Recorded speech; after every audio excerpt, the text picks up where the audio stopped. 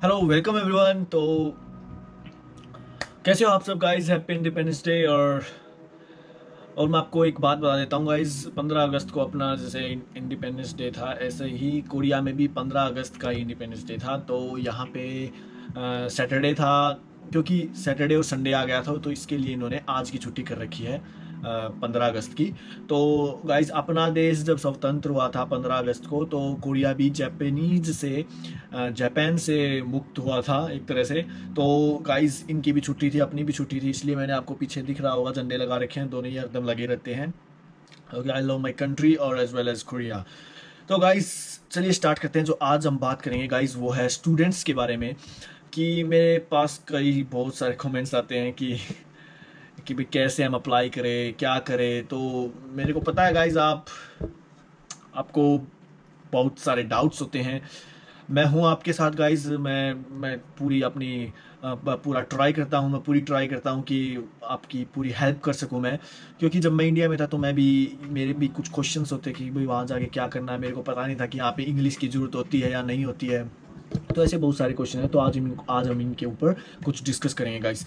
तो जो पहला क्वेश्चन है, जो है कि कोरिया में आने के लिए हमारे को इंग्लिश की ज़रूरत है या नहीं है। कोरिया में इंग्लिश नहीं बोली जाती है, पहली बात तो ये आप अपने माइंड में डाल लें।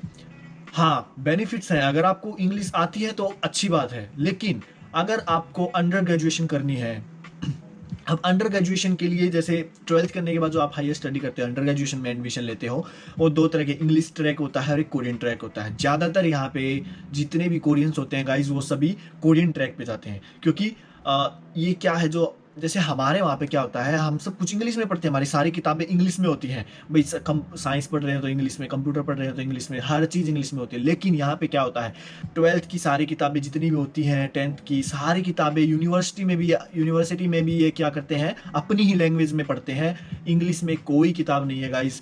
तो अगर आप सोच रहे हैं कि मेरे को अंडर ग्रेजुएशन करनी है, इंग्लिश ट्रैक पे करनी है, कर सकते हैं। लेकिन बहुत कम यूनिवर्सिटी होती हैं जो इंग्लिश ट्रैक पे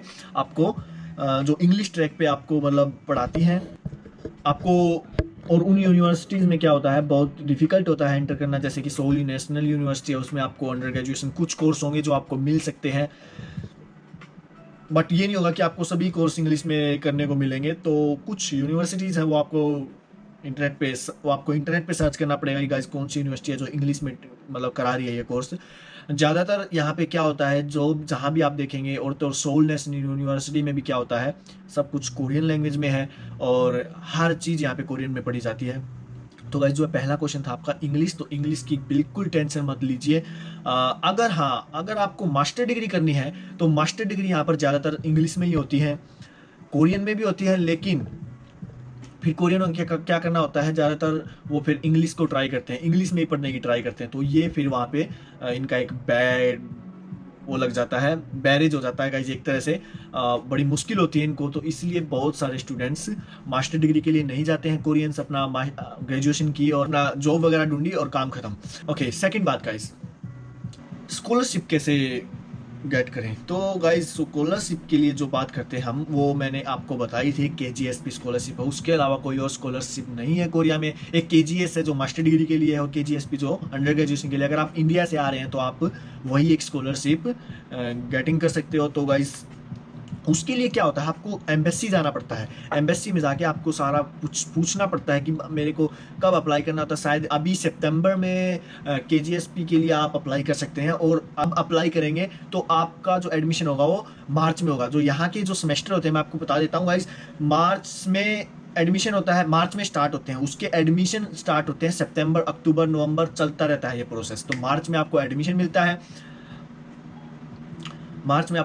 है, उसके लिए। अब उसके बाद है जो गाइज, जो एक बार और जो एडमिशन होते हैं वो होते हैं सितंबर में, क्लास स्टार्ट होती हैं, जो कि अभी मेरी छुट्टियां चल रही हैं और सितंबर में भी क्लास स्टार्ट होगी। तो इसके लिए फिनिश हो चुका है कि भाई किस मतलब एडमिशन जो प्रोसेस थी वो फिनिश हो चुकी है। वो अगर आपको सितंबर में एंटर करना है कोरियन यूनिवर्सिटी में, तो उस टाइम पे आपको मेरे हिसाब से मई और जून में आपको इंटरनेट पे देखना होगा, वहाँ पे सब कुछ आता है कि कब अप्लाई करना है, कब आपको डॉक्यूमेंट्स करने हैं, उनको सबमिट करने हैं। तो 5वें या 6ठे महीने में आपको देख के आप अप्लाई कर सकते हैं। और अब आपको पता है कि यहाँ की यूनिवर्सिटीज़ में दो बार एडमिशन होते हैं। एक बार सितंबर में स्टार्ट होते हैं, जो कि क्लासेस स्टार्ट होती हैं मार्च में, और फिर ऐसे ही अप्रैल मई और जून में दोबारा एडमिशन स्टार्ट होते हैं, जिसकी क्लासेस स्टार्ट होती हैं सितंबर में। तो गाइज ओके, यहाँ तक हो गया। अब बात करते हैं कि स्कॉलरशिप की। वही बात है मैंने आपको बताई है, अगर आपको KGSP चाहिए तो आपको एम्बेसी में एक बार ज़रूर आप विजिट करें और उनसे पूछें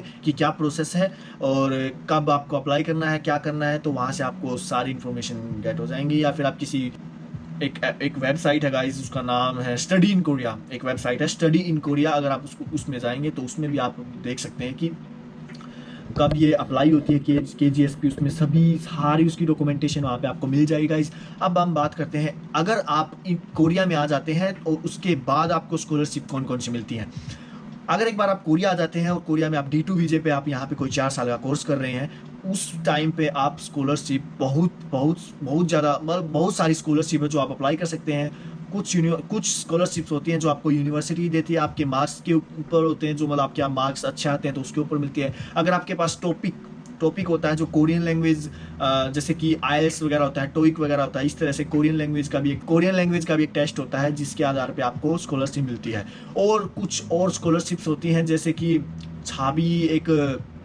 छाबी नाम से भी एक स्कॉलरशिप है जो कि आपको 1 साल में यहाँ का 50 लाख कोरियन वॉन देती है। बट उसमें आपको आपके मार्क्स अच्छे होने चाहिए, आपका कोरियन लैंग्वेज 6 लेवल तक, आपको 6 लेवल सबसे ऊंचा लेवल है, सबसे बड़ा लेवल है। तो आपको अगर कोरियन लैंग्वेज में अगर आपको 6 लेवल है तो आप वो 50 लाख वाली कोरियन वोन, मतलब एक तरह से 3 लाख रुपए आपको स्कॉलरशिप मिलेगी। यूनिवर्सिटी अलग से बहुत सारी स्कॉलरशिप्स देती हैं, तो आपको वो अपनी यूनिवर्सिटी की वेबसाइट से आपको पता लगा सकते हैं जिस यूनिवर्सिटी में आप एडमिशन लेंगे। अब हम बात करते हैं इस पार्ट टाइम जॉब की, एक जो स्टूडेंट्स की मतलब बहुत ज़रूरतमंद जो चीज़ होती है, जो कि अगर आप कहीं भी जाएँ, आप फॉरेन में, अगर आपके पास पैसा है तो कोई दिक्कत नहीं, आप क्या ज़रूरत ही नहीं है काम करने की। लेकिन अगर किसी को पार्ट टाइम जॉब की ज़रूरत है, और मैं तो मानता हूँ कि आपको करना चाहिए, क्योंकि वो भी एक तरह का एक्सपीरियंस है जिससे हम सीखते हैं कि भाई बाहर जाके मतलब हमारे को कैसे एक दूसरे के सामने अपने आप को रिप्रेजेंट करना है, और बहुत सारी चीज़ें गाइज। हम जो पढ़ाई से ही कुछ नहीं होता, आपको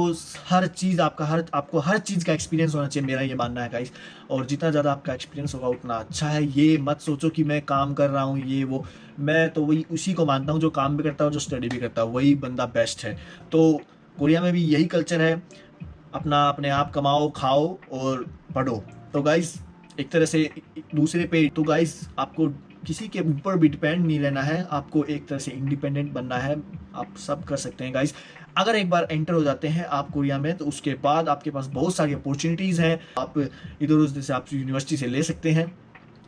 और हाँ, जो पार्ट टाइम की बात थी गाइज, वो आप अपनी यूनिवर्सिटी में ही ढूंढ सकते हैं। बहुत सारे आपके जो, जैसे हर यूनिवर्सिटीज़ में क्या है, हर यूनिवर्सिटी में क्या होता है, कोरियन लैंग्वेज प्रोग्राम होता है, अलग से उसका ऑफिस होता है। तो अगर आपको इंग्लिश आती है, अगर आपको कोरियन आती है थोड़ी बहुत, तो आप उस ऑफिस में भी काम कर सकते हो। एक तरह से मतलब जो बाहर के जो स्टूडेंट्स आते हैं उनकी एक तरह से, हाँ भाई, उनके डॉक्यूमेंट्स वगैरह, या फिर वहाँ पे आपको इंग्लिश या ट्रांसलेशन वगैरह करना, तो इस तरह से आप उस ऑफिस में भी आप अपना जॉब वगैरह ढूंढ सकते हैं।